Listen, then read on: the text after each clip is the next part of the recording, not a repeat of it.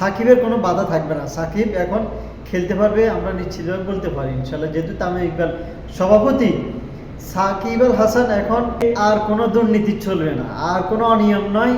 প্রত্যেক বছর বিপিএলে খেলা হয়, প্লেয়াররা টাকা পায় না। গত বিপিএলের ঢাকার যে প্লেয়াররা আছে এখনও টাকা পায় না।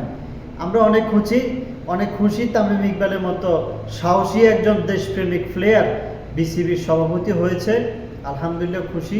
সাকিবের কোনো বাধা থাকবে না। সাকিব এখন খেলতে পারবে, আমরা নিশ্চিতভাবে বলতে পারি ইনশাল্লাহ। যেহেতু তামিম ইকবাল সভাপতি, সাকিব আল হাসান এখন মন খুলে দেশের জন্য খেলবে জাতীয় দলে। এখন আর কোনো বাধা সৃষ্টি হবে না। সবার জন্য শুভকামনা, তামিম ইকবালের জন্য শুভকামনা।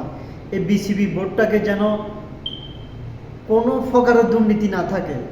যারা অনিয়ম দুর্নীতির সাথে জড়িত তাদেরকে দ্রুত বের করে দিবেন। এটাই তামিম ইকবালের কাছে আমরা আমাদের ছাওয়া পাওয়া। তবে সাকিব আল হাসানকে আমরা জাতীয় দলে দেখতে চাই খুব দ্রুত।